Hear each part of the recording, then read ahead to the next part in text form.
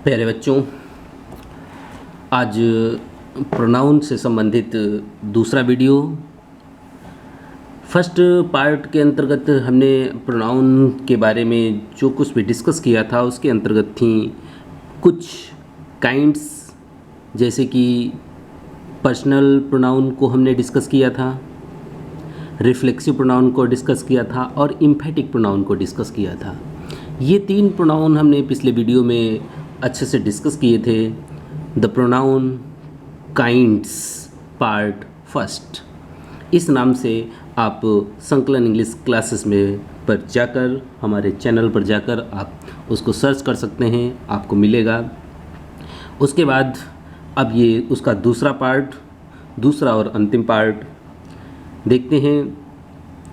इसके अंतर्गत आज रिलेटिव प्रोनाउन को देखिए। रिलेटिव प्रोनाउन, जैसा कि नाम से हमें पता चल रहा है, रिलेशन, रिलेट मीन्स संबंध, संबंध वाचक सर्वनाम, एक ऐसा सर्वनाम जो संबंध बनाता हो, संबंध प्रकट करता हो दूसरे नाउन से, यानी कि अपने से संबंधित जो नाउन होता है उससे ये संबंध प्रकट करता है, संबंध स्पष्ट करता है।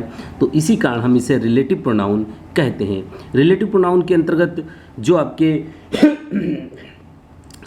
रिलेटिव प्रोनाउन के अंतर्गत जो भी प्रोनाउन मिलेंगे, जो भी संबंध मिलेंगे, वो अपने किसी न किसी नाउन या संज्ञा से संबंध ही प्रकट कर रहे होंगे।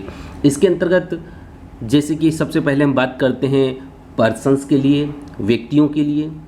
जो व्यक्तियों के लिए जो रिलेटिव प्रोनाउन इस्तेमाल किए जाते हैं उनमें सबसे पहले आता है हु, जो सब्जेक्ट के रूप में इस्तेमाल होता है। हु जो कि सब्जेक्ट के रूप में इस्तेमाल होता है।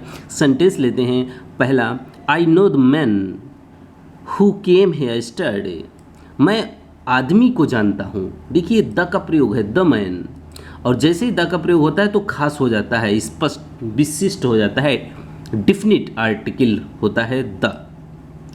तो आई नो द मैन, मैं उस आदमी को जानता हूँ, हु जो, केम आया, हेयर यहाँ, यस्टरडे कल, जो कल यहाँ आया। कहने का मतलब यहाँ पर दो सेंटेंसेस हैं आपके सामने। I know the man, he came here yesterday, मैं आदमी को जानता हूँ जो वह यहाँ आया, वह यहाँ कल आया था। तो यहाँ पर एक ही व्यक्ति के लिए दो सेंटेंस हैं, उन दोनों सेंटेंसेस को जोड़ दिया, और जोड़ने के लिए जो कनेक्टर का वर्क कर रहा है वो आपका वर्ड है प्रोनाउन हु। हु से दो वाक्य जोड़े गए, हु से दो वाक्य जोड़ दिए गए। तो यहाँ पर, और ये जो हु है ये यहाँ पर दोबारा ही या दोबारा द मैन न लिखना पड़े, उसलिए इसके लिए इसको हमने यहाँ पर यूज़ किया। और ये हु किसके लिए आया है? अपने से पहले, ध्यान रखें, अपने से तुरंत पहले वाले नाउन के लिए। और जो ऐसे रिलेटिव प्रोनाउन से पहले जो नाउन होता है उसको हम एंटीसीडेंट कहते हैं, पूर्ववर्ती कहते हैं। ये भी ध्यान रखें, ऐसे रिलेटिव प्रोनाउन का जो नंबर होगा या जो जेंडर होगा वो अपने एंटीसीडेंट की तरह ही होगा। यहाँ पर देखिए मैन सिंगुलर है तो आपका हु भी सिंगुलर ही माना जाएगा, और इसके बाद आने वाली क्रिया भी सिंगुलर सब्जेक्ट की तरह ही होगी। कहने का मतलब यदि यहाँ पर इज़, आई एम, आर का प्रयोग होता तो यहाँ पर इज़ आता। क्यों? यहाँ पर ये इसका जो एंटीसीडेंट नाउन है वो सिंगुलर है। अगर एंटीसीडेंट नाउन प्लूरल होता तो यहाँ पर आने वाली वर्ब भी प्लूरल आएगी, ध्यान रखें। तो इस तरीके से हु का प्रयोग व्यक्तियों के लिए किया जाता है, सब्जेक्ट के रूप में किया जाता है। इस सेंटेंस को यहाँ से अगर हम देखते हैं, हु केम हेयर यस्टरडे, तो यहाँ पर अगर हम देखते हैं तो हु क्या है? इतने पार्ट का ये सब्जेक्ट है, इतने पार्ट का ये सब्जेक्ट है। तो ध्यान रखें। तो इस तरीके से हम दूसरा सेंटेंस लेते हैं, हुम। हुम क्या है? ये ऑब्जेक्ट का कार्य करता है, ये हु का ऑब्जेक्ट होता है हुम। ध्यान रखें, आपने पैसिव वॉइस के सेंटेंसेस में देखा होगा हु को वाई हुम चेंज करते हैं, यानी कि हु ऑब्जेक्ट होता है, हुम ऑब्जेक्ट होता है, हु सब्जेक्ट होता है। अब यहाँ पर देखते हैं, यहाँ पर भी वही तरीका रहेगा। हुम जो है आपका रिलेटिव प्रोनाउन है, और ये किसके बाद आया है? यानी दोज के बाद। तो दोज इसका एंटीसीडेंट है, पूर्ववर्ती है, ठीक है। और ये दोनों ऑब्जेक्ट हैं, ये दोज और हुम ये यहाँ पर ऑब्जेक्ट का कार्य कर रहे हैं। अगर ऑब्जेक्ट का कार्य कर रहे हैं तो कहाँ पर आना चाहिए, वर्ब के बाद। अब यहाँ पर आपका सेंटेंस जो मिलेगा तो वो होगा जाके इस तरीके से, the gods love those, the gods love those, इस तरीके से आपका सेंटेंस होगा। ईश्वर उनको प्रेम करते हैं। अब जिन्हें, अब हम यहाँ पर इस तरीके से ले लें हुम, जिन्हें, ठीक है, जिन्हें ईश्वर जिन्हें प्रेम करते हैं वो लोग क्या होते हैं, अब डाई यंग, वो लोग जल्दी मर जाते हैं। तो इस तरीके से ये ऑब्जेक्ट का कार्य कर रहा है दोज। तो इसके लिए जब ये ऑब्जेक्ट है तो इसके लिए जो एंटीसीडेंट हमने हुम का प्रयोग किया वो भी ऑब्जेक्ट ही होगा, ठीक है। तो ध्यान रखें। तो इस तरीके से हुम ऑब्जेक्ट है जो कि व्यक्तियों के लिए प्रयोग होता है। द गॉड्स लव्स दोज, ठीक है, उन लोगों को ईश्वर प्रेम करते हैं, ठीक है। तो इस तरीके से हुम और दोज ये दोनों ऑब्जेक्ट का कार्य कर रहे हैं यहाँ पर, इसको ध्यान रखें। इसके बाद बात आती है पजेसिव केस की। पजेसिव केस के अंतर्गत आता है हुज। पजेसिव केस के अंतर्गत हुज यानी कि अधिकार। अब ये हुज जो है ये भी व्यक्तियों के लिए आता है। जब किसी व्यक्ति का दूसरी चीज़ पर अधिकार हो, किसी नाउन पर अधिकार हो, तो उस अधिकार को प्रकट करने के लिए हम हुज का प्रयोग करते हैं। यहाँ पर हुज ये किसके बाद में आया है, सर्वेंट के बाद में। तो ध्यान रखें इस सर्वेंट इसका एंटीसीडेंट है, पूर्ववर्ती है, यानी कि तीनों में अगर हम देख रहे हैं तो तीनों में हमें मिल रहा है। इससे इन प्रोनाउन से पहले प्रयोग होने वाले शब्द व्यक्तियों को स्पष्ट कर रहे हैं, जैसे मैन, दोज, सर्वेंट आदि। अब यहाँ पर ये पजेसिव केस होता है। Where is the servant, servant कहाँ है, हुज जिसकी साइकिल वाज स्टोलन, चोरी हो गई थी कल। अब यहाँ पर तीनों सेंटेंसेस में एक चीज़ देखते हैं, जब हु का प्रयोग होता है मैन के बाद यानी कि पर्सन के बाद, तो उसके बाद वर्ब आती है। ध्यान दें, वर्ब किसके अनुसार आएगी, हु से पहले वाले नाउन के अनुसार, इसके अनुसार, ठीक है। दूसरी तरफ अगर हुम का प्रयोग होता है तो हुम के बाद सब्जेक्ट आएगा। ध्यान दें, हुम के बाद सब्जेक्ट आएगा और वो सब्जेक्ट किस सेंटेंस का होगा, जो बीच में सेंटेंस है द गॉड्स लव, ये एक अपना सेंटेंस है। इसमें वर्ब है लव और सब्जेक्ट है दो गॉड्स। तो हुम के बाद ये सब्जेक्ट इस तरीके से आएगा, ध्यान दें। और फिर हुज, जब हुज की बात आएगी तो हुज के तुरंत बाद आपका एक नाउन आएगा और वो नाउन किससे संबंधित होगा, हुज से पहले आने वाले नाउन से, हुज से पहले वाले नाउन से यानी कि एंटीसीडेंट से। तो ध्यान दें, तो हुज के बाद कोई न कोई नाउन आएगा, फिर वर्ब आएगी, और हु के बाद तुरंत वर्ब आएगी, और हुम के बाद सब्जेक्ट आएगा। ध्यान दें। अब अगला पॉइंट देखते हैं। यहाँ पर for animals and lifeless things, जो निर्जीव वस्तुएं होती हैं और जानवर होते हैं उनके लिए हम व्हिच का प्रयोग करते हैं। एंड इस रिलेटिव प्रोनाउन के अंतर्गत व्हिच का प्रयोग करते हैं। देखते हैं, the time which is lost for ever. अब यहाँ पर आप सोच रहे होंगे इज़ लॉस्ट दो बार है, नहीं। यहाँ पर देखिए ये सेंटेंस इतना, विच इज़ लॉस्ट जो खो गया, ये अलग सेंटेंस है। अगर हम इसको हटा दें तो क्या बचता है, the time is lost for ever, समय हमेशा के लिए खो गया। इस सेंटेंस को हटाने पर शेष क्या बचा, the time is lost for ever. तो ये विच जो है ये किसके लिए आया है, टाइम के लिए आया। तो विच इज लॉस्ट जो खो गया, कौन खो गया, ये विच इज़ लॉस्ट, ये पूरी बात किसके लिए है, ये जो पूरा क्लास है सब्जेक्ट प्लस वो, ये क्लास है आपकी, और ये क्लास किसके लिए आई है, इस टाइम के लिए आई है, इस टाइम के लिए, यानी कि समय जो खो गया हमेशा के लिए खो गया, समय जो चला गया हमेशा के लिए चला गया।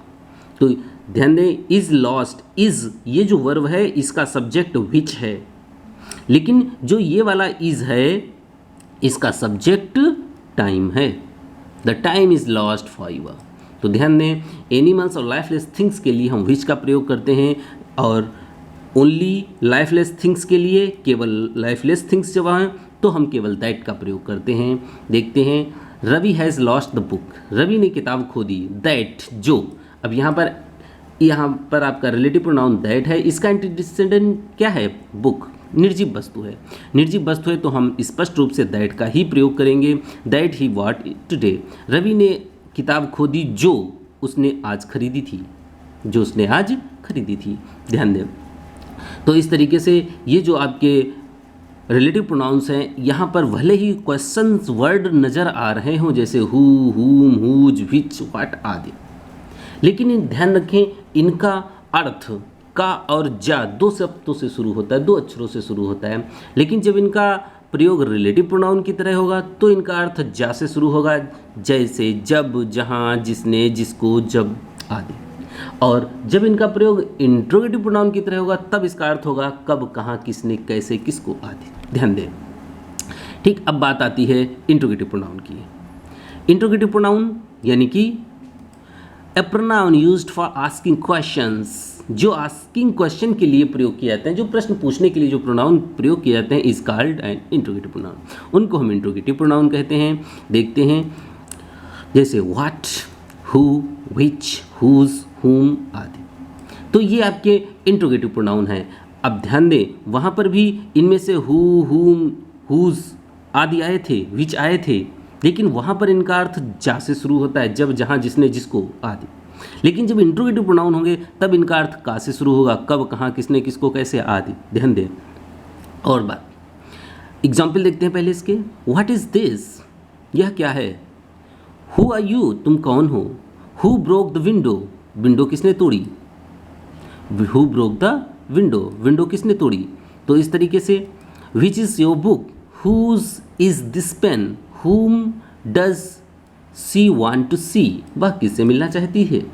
देखो यहाँ पर आपके सामने जो एग्जाम्पल्स हैं इसको समझते हैं। यानी कि जब ये इंट्रोगेटिव प्रोनाउन होंगे तो ये किसी न किसी इंट्रोगेटिव वर्ड के बाद, इनके बाद कोई ना कोई वर्ब आएगी। देखो, व्हाट के बाद इज वर्ब है, हु के बाद आर वर्ब है, हु के बाद ब्रोक वर्ब है, व्हिच के बाद इज वर्ब है, हुज के बाद इज वर्ब है, हुम के बाद डज वर्ब है।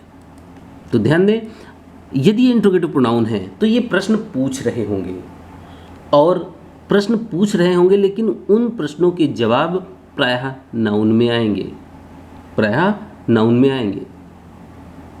जैसे व्हाट इज दिस, यहाँ पर इंडिकेट कर रहे हैं, संकेत कर रहे हैं, व्हाट इज दिस। तो यहाँ पर इन चीज़ों को हम विशेष ध्यान रखें, इनका अर्थ का से शुरू होगा, इनका अर्थ का से शुरू होगा। जब इनका अर्थ का से शुरू हो और इनके बाद वर्ब का प्रयोग हो तो ये प्रोनाउन का कार्य करेंगे, ध्यान रखें। और यहाँ पर इनसे पहले कोई एंटीसीडेंट नहीं होगा, इनका पूर्ववर्ती नहीं होगा, जैसा कि पिछले वाले सेंटेंसेस यानी कि पिछले वाले प्रोनाउन में थे।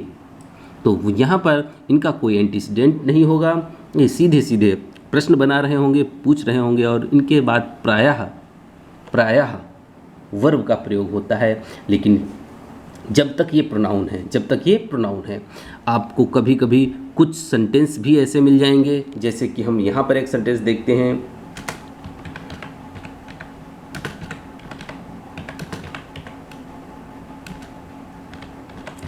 इसको देखते हैं, विच बुक इज़ योर्स, तुम्हारी किताब कौन सी है।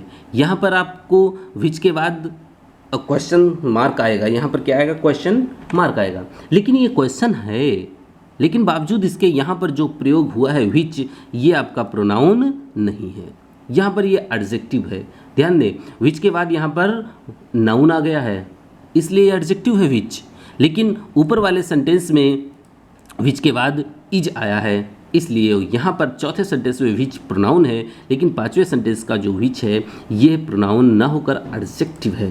ध्यान रखा, इसको हम आगे अगले चैप्टर इंट्रोगेटिव एडजेक्टिव्स में आपको हम पढ़ाएंगे, तो इसको भी ध्यान रखें।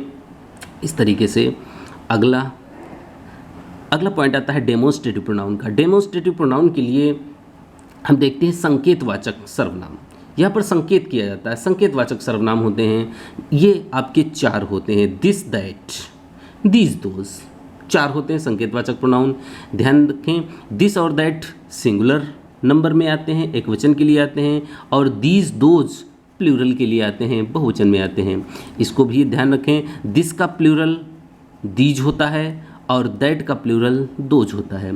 यानी कि दिस और दैट एक वस्तु के लिए प्रयोग होते हैं और दीज और दोज एक से अधिक। एग्जाम्पल देख लीजिए, दिस इज़ माई बुक, यह मेरी किताब है। यहाँ पर हम इशारा कर रहे हैं, यह मेरी किताब है। दैट इज़ योर बुक, वह आपकी किताब है। तो पहले हमने इशारा किया वह, फिर बताया आपकी किताब है। उसी तरीके से तीसरे सेंटेंस में देखते हैं, these are not good bags, इशारा किया दीज, ये अच्छे बैग नहीं हैं। चौथे में दोज आर गुड बैग्स, वे अच्छे बैग हैं। तो यहाँ पर जब इशारा करते हैं, जब हम इशारा करके किसी नाउन की तरफ जब इशारा करते हैं तो ऐसे प्रोनाउन डेमोन्स्ट्रेटिव प्रोनाउन कहे जाते हैं। और इसके अंतर्गत मात्र आपको 4 प्रोनाउन मिलते हैं, दिस दैट दीज, दो सिंगुलर के लिए दिस दैट और प्लूरल के लिए दीज और दोज का प्रयोग होता है। ठीक, फिर आगे बात आती है रेसिप्रोकल प्रोनाउन की। रेसिप्रोकल प्रोनाउन, रेसिप्रोकल प्रोनाउन को हम कहते हैं परस्पर वाचक सर्वनाम, यानी कि जो परस्पर वाचक सर्वनाम होते हैं। और परस्पर वाचक सर्वनाम ये प्रायः 2 सर्वनामों से मिलकर बने हैं, 2 प्रोनाउन से मिलकर बने हैं और आपस में परस्पर एक संबंध व्यक्त करते हैं, इसीलिए इनको हम रेसिप्रोकल प्रोनाउन कहते हैं। इसके अंतर्गत मात्र 2 आपको प्रोनाउन मिलेंगे, each other, one another, each other और वन अनदर। तो ध्यान दें, ईच अदर का एग्जाम्पल देखते हैं, the 2 sisters love each other, दोनों बहनें आपस में प्रेम करती हैं। ईच अदर का मतलब आपस में, ईच अदर मीन्स आपस में। और ध्यान दें, ईच अदर का प्रयोग केवल 2 लोगों में होता है। जब 2 लोगों की आपस की बात हो तब हम ईच अदर का प्रयोग करते हैं। फिर क्या है, दीज 3 ब्रदर्स, ये तीनों भाई हेल्प्ड, इन तीनों भाइयों ने हेल्प्ड सहायता की, वन अनदर, एक दूसरे की। वन अनदर मीन्स एक दूसरे की। वन अनदर का प्रयोग हम प्रायः 3 या 3 से अधिक लोगों के लिए करते हैं। ध्यान रखें, जब 3 या 3 से अधिक लोग आपस में एक दूसरे को कोई भी क्रिया प्रदान करें, चाहे सहायता करें, चाहे प्रेम करें, कुछ भी, 3 या 3 से अधिक, तब हम वन अनदर का प्रयोग करेंगे। अगर 2 लोगों की बात हो आपस की तो 2 लोगों में हम ईच अदर का प्रयोग करेंगे। ये परस्पर वाचक सर्वनाम है, इनको हम रेसिप्रोकल प्रोनाउन कहते हैं। इसके अंतर्गत मात्र आपको 2 ही प्रोनाउन मिलते हैं। ठीक है, तो ध्यान रखें। और ये जो रेसिप्रोकल प्रोनाउन होते हैं, इनके बारे में एक बात और यहाँ पर आप ध्यान दे रहे होंगे। देखें, ईच अदर जो है ये लव यानी कि वर्ब के बाद आया है, ये लव यानी कि वर्ब के बाद आया है। और जब ये बाद आया है तो ऐसे दोनों प्रोनाउन का प्रयोग हम प्रायः ऑब्जेक्टिव केस में करते हैं।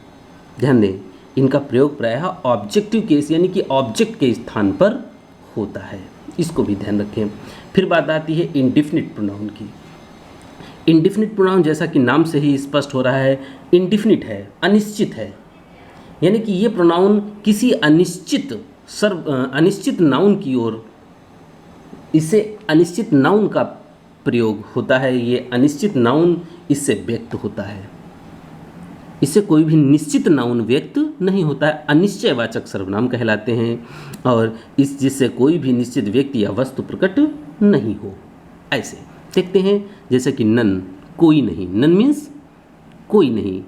वन, कोई, वन मीन्स कोई भी। सम मीन्स कोई, मेनी मीन्स बहुत। All, others, any, somebody, few, few means कुछ। तो इस तरीके से ये जो इंडिफिनिट प्रोनाउंस हैं, ये किसी खास व्यक्ति या वस्तु को स्पष्ट नहीं करते। जैसे एग्जाम्पल देख लेते हैं, many of them were Indians, उनमें से बहुत से लोग इंडियंस थे। माना कहीं पर भीड़ लगी है, 50 लोग खड़े हैं विदेश में, और वहाँ पर उन 50 लोगों में कह रहे हैं कि बहुत से लोग इंडियंस थे। कह तो दिया हमने बहुत से लोग इंडियंस थे, और थे भी बहुत से लोग इंडियंस, लेकिन यहाँ पर ये चीज़ स्पष्ट नहीं हो रही कि कौन कौन से लोग इंडियन थे। मान लिया अगर हम सबको 50 लोगों में नंबरिंग कर दें 1 2 3 4 से 50 तक, तो यहाँ पर ये स्पष्ट नहीं है कि नंबर 3 वाला इंडियन था या नहीं। नंबर 10 वाला इंडियन था या नहीं, ये चीज़ स्पष्ट नहीं है। लेकिन हाँ, ये ज़रूर है कि वहाँ कुछ इंडियंस थे, मेनी ऑफ देम, उनमें से बहुत से लोग इंडियंस थे, लेकिन कौन, ये स्पष्ट नहीं। इसलिए मेनी इंडिफिनिट प्रोनाउन है। डू गुड, अगला एग्जाम्पल, डू गुड, अच्छा करो, टू अदर्स, दूसरों के लिए, दूसरों के लिए अच्छा करो। अब किसके लिए अच्छा करें, नहीं मालूम। अदर्स, अदर्स जो है ये इनडिफिनिट प्रोनाउन है। यहाँ ये तो कह रहे हैं कि अच्छा करो, भलाई करो, दूसरों के साथ भलाई करो, लेकिन किसके साथ भलाई करो ये कोई भी निश्चित नहीं है।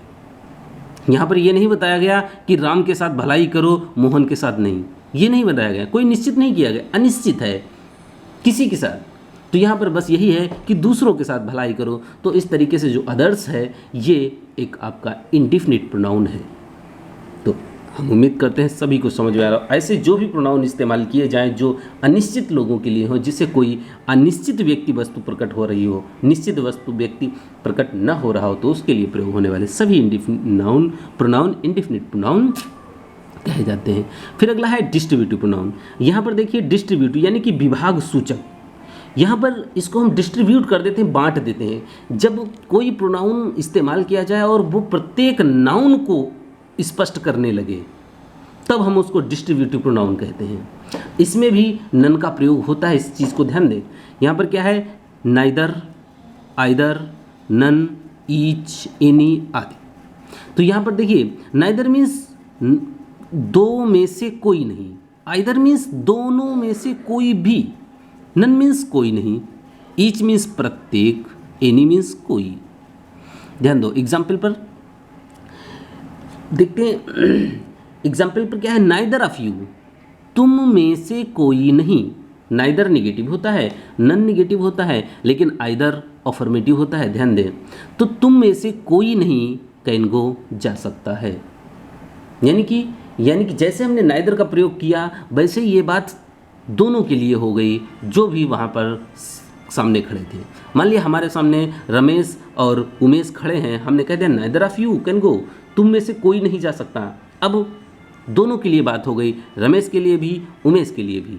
सेंटेंस हमने एक ही कहा है, अलग अलग नहीं कहा, लेकिन फिर भी प्रभाव अलग अलग जा रहा है। डिस्ट्रीब्यूटिव प्रोनाउन का प्रयोग, neither of you can go. अब नन कैन डू इट, कोई नहीं इसे कर सकता। हमने सेंटेंस एक ही कहा, भले अब पर वहाँ पर 50 लोग बैठे हों, लेकिन ये बात 50 लोगों पर लागू होती है कि कोई भी वहाँ नहीं कर सकता। अब ये हमें कहने की ज़रूरत नहीं कि तुम नहीं कर सकते, तुम नहीं कर सकते, वो नहीं कर सकता, ये नहीं कर सकता। ये चीज़ अब कहने की हमारे पास कोई ज़रूरत नहीं, बस हमने इतना कह दिया नन, कोई नहीं, तो कोई नहीं, चाहे वहाँ पर 50 लोग बैठे हों, चाहे पर 60 लोग बैठे हों, चाहे 4 लोग बैठे हों। तो इस तरीके से ऐसे प्रोनाउन जो एक साथ सभी पर लागू हो जाए तो डिस्ट्रीब्यूट कर दें, वितरण कर दें, विभाग सूचक सर्वनाम कहलाते हैं, डिस्ट्रीब्यूटिव प्रोनाउन कहलाते हैं।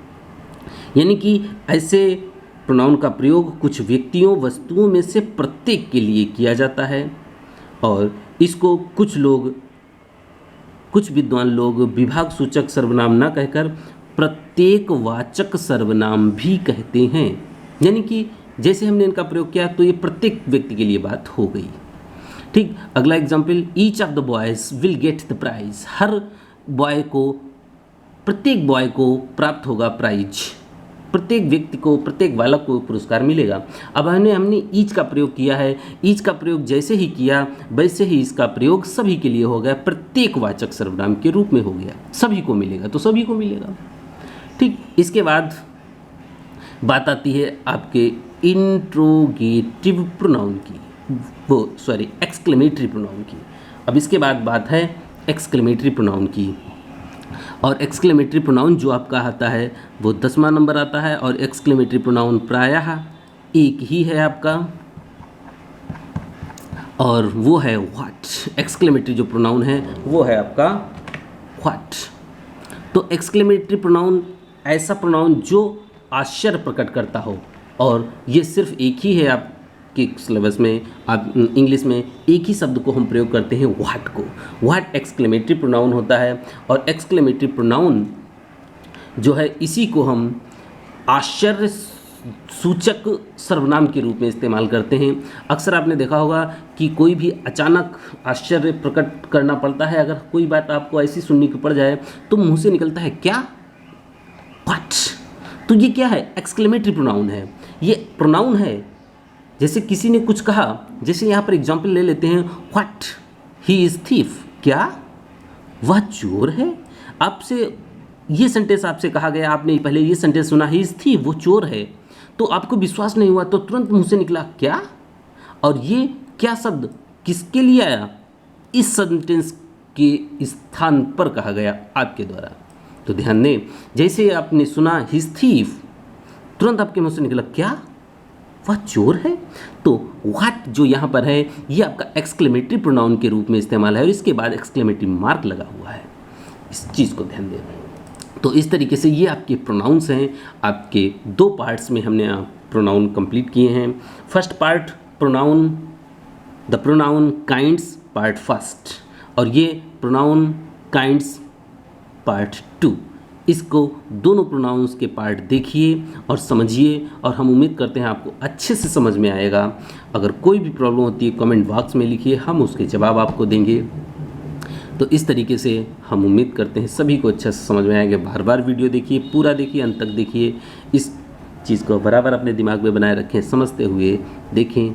और अगर आपने अभी तक चैनल मेरा सब्सक्राइब नहीं किया तो चैनल को सब्सक्राइब करना ना भूलें, और इसको लाइक करें, शेयर करें। इसी के साथ अगले वीडियो में आपको फिर मिलेंगे। तब तक के लिए जय हिंद।